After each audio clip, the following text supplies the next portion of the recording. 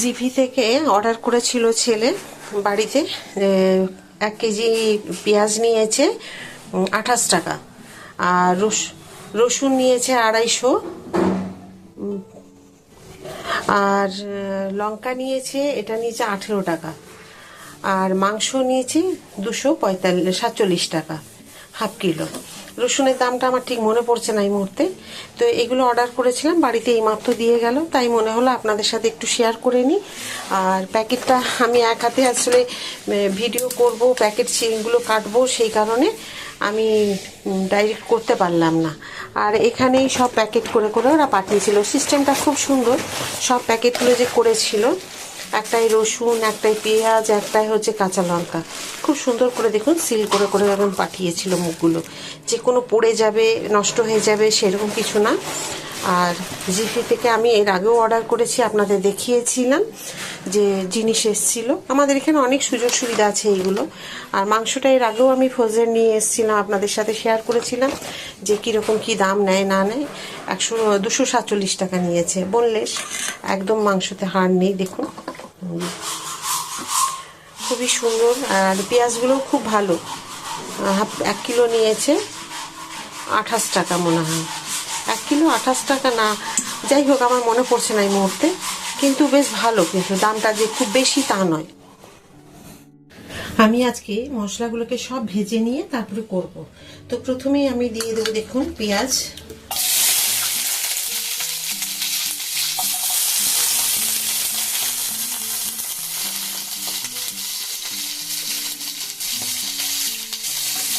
দেড় ইঞ্চি আদা, এই যে দেখুন কেটে নিয়েছি,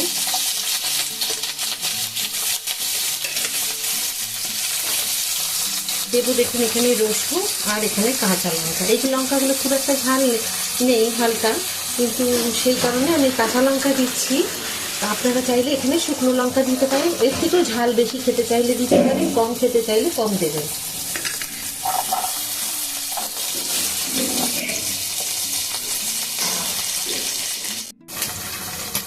আমি ঢাকা দিয়ে দিলাম, লঙ্কাগুলো তো গোটা আছে, আপনারা কেটে দেবেন।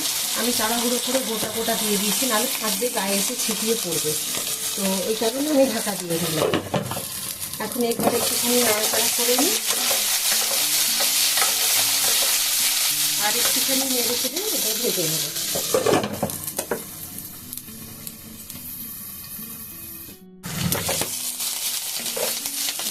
আমি দেখে নিলাম, দেখুন খুব সুন্দর ভাজা হয়ে গেছে।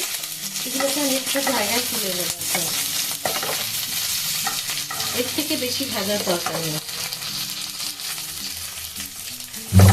এখন আমি আলুগুলোকে দিয়ে দিয়েছি, একটু বেশ সুন্দর করে ভেজে নেব লাল করে।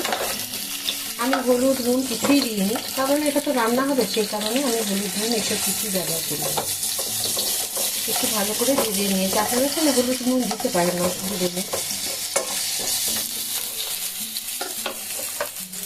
এটা রেখে দিলাম, এখন তুলে নেব। আলুগুলো ভাজা হয়ে গেছে।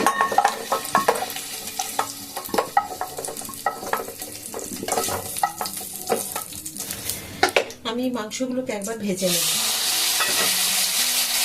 হাই ফ্লেমে ভাজতে হবে। আমি দেখুন এইরকম পিস করে নিয়েছি।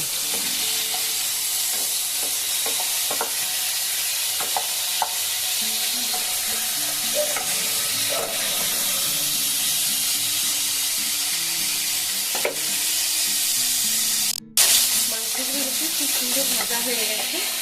এখন এগুলোকে আমি তুলে নেব। ভাজা বলতে কি একদম মুচমুচে ভাজা নয়, কিন্তু ঠিক এইরকম দেখে হালকা ব্রাউন কালার একটু আসবে, সেইরকম ভেজে নিচ্ছে। এতে মাংসের স্বাদটা কিন্তু খুব ভালো লাগে, কেননা ফ্রোজেন চিকেন তো এগুলো, এই কারণেই বললাম।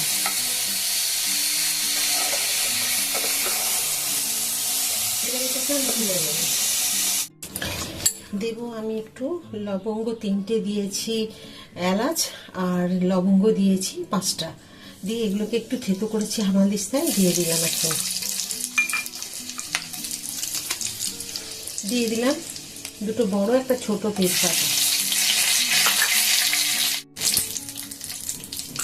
এখন দিয়ে দেবো কুচিয়ে রাখা যে ছোট্ট পাতলা পাতলা করে পেঁয়াজগুলো, ওইগুলো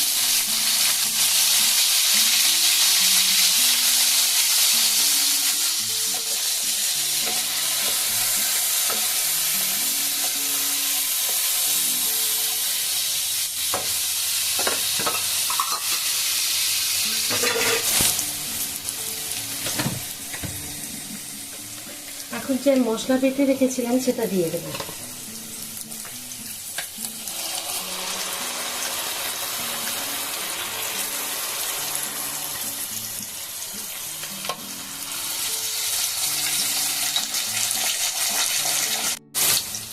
দিয়ে দিলাম হলুদ, নুন দিয়ে দিলাম 2 চামচ,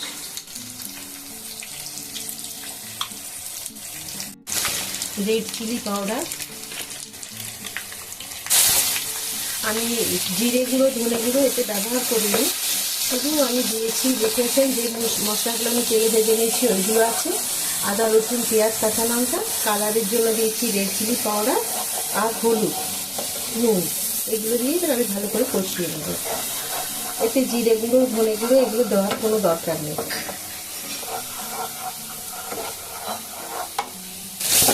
খুব ভালো করে দেখুন কষিয়ে নিয়েছি, মশলায় তেল একদম চলে এসছে। এখন দিয়ে দেবো আমি মাংস আর যে মিক্সি ধোয়া জল আর আলু সব দিয়ে দিলাম। রান্নাটা কত সহজ আপনারা দেখেছেন, আশা করি যে খুব সহজভাবেই এটা রান্নাটা হয়। আর মাংসটা যদি একটু তেলে ভেজে নেওয়া যায় এই রান্না বিশেষ করে, তাহলে কিন্তু এটা খুব ভালো হয় খেতে। তো চলুন এখন এটাকে আমি এখন হাই ফ্লেমে রেখে দেবো 5 মিনিট, আর তারপরে দিয়ে দেবো লো ফ্লেমে অন্তত 15 মিনিট। ততক্ষণে আলু সব মাংস সেদ্ধ হয়ে যাবে। ফ্রোজেন চিকেন এমনিই একটু নরম থাকে, সেদ্ধ হতে বেশি সময় লাগে না, কিন্তু আজকে যেহেতু আমি আলু দিয়েছি, আলুটা সেদ্ধ হওয়ার জন্য একটুখানি দিতে হবে সময়। ঢাকা খুলে দেখিনি কীরকম হয়েছে। আমি ফিরে এলাম। আর হ্যাঁ, আপনাদের আরেকটা কথা বলি, যে যদি আপনারা প্রয়োজন হয় যে জল দেবেন, তাহলে কিন্তু ফুটন্ত জল দিয়ে দেবেন, উষ্ণ গরম জলও না, একদম ফুটন্ত গরম জল দেবেন, তাহলে কিন্তু মাংসের স্বাদটা ঠিক থাকবে। দেখুন আলুগুলোও সেদ্ধ হয়ে গেছে। আমি 10 মিনিট হাই ফ্লেমে দেওয়ার পরে একদম লো ফ্লেমে দিয়ে দিয়েছিলাম। 15 মিনিটের বেশিই ছিল, কারণ আমি একবার দেখে নিয়েছিলাম আলুগুলো তো একটু বড় বড় কেটেছি, সেদ্ধ হয়নি, সেই কারণে আমি দিয়ে দিয়েছিলাম। তা এখন দেখুন আলুগুলো খুব ভালো সেদ্ধ হয়ে গেছে, এই যে খুব সুন্দর হয়েছে। আপনারা চাইলে এর থেকে ঝোল আর একটু পাতলাও রাখতে পারেন, কিন্তু এই রান্নাটা ঠিক এইরকমটাই ভালো লাগবে। এটা আপনি ভাতে, রুটি, পোলাও, ফ্রাইড রাইস সবেতে খেতে পারবেন। এই রান্নাটা একটা অন্যরকম। আশা করি আপনারা প্রথম থেকে শেষ পর্যন্ত রান্নাটা দেখেছেন, আমার সাথেই ছিলেন। কেমন লেগেছে আমাকে কিন্তু একটু কমেন্ট করতে একদম ভুলবেন না। আপনাদের কমেন্টগুলো ভালো লাগে যখন আসে। আর যেসব বোন বা দিদি ভাইরা আপনারা আমাকে কমেন্ট করেন, আমিও আপনাদের কমেন্ট পড়ি, বা আপনাদের ভালো লাগে কমেন্টগুলো পড়ে। তো রান্না আমার কমপ্লিট। আপনারা চাইলে এখানে ধনেপাতা দিতে পারেন বা গরম মশলা দিতে পারেন। তো গরম মশলা আমি ফোড়ন দিয়েছি, আমি দেব না। এখানে আপনারা গরম মশলা বেটেও দিতে পারেন, গরম মশলা বাটাটাও খুব ভালো লাগে। আবার চাইলে ধনেপাতাও দিতে পারেন।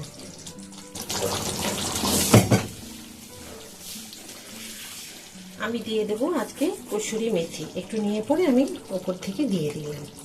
এই রান্নাটার স্বাদ কিন্তু খুব ভালো লাগবে। এটা ধনেপাতা দিলেও ভালো লাগবে, গরম মশলা দিলেও ভালো লাগবে, আর কসুরি মেথি দিলে এই স্বাদটা কিন্তু অসাধারণ লাগে। একবার দিয়ে করে খেয়ে দেখতে পারেন কেমন হয়েছে। আবার বলছি, কমেন্ট করতে ভুলবেন না। আশা করি আপনাদের আজকের রান্না আপনাদের সকলেরই ভালো লেগেছে। রান্নাটা যদি আপনাদের সকলের ভালো লেগে থাকে, প্লিজ একটা লাইক করে দেবেন, আর সাবস্ক্রাইব আর শেয়ার করে আমার সাথে থাকবেন। আর আবার একটা নতুন রান্না নিয়ে আপনাদের সকলের কাছে আমি চলে আসব।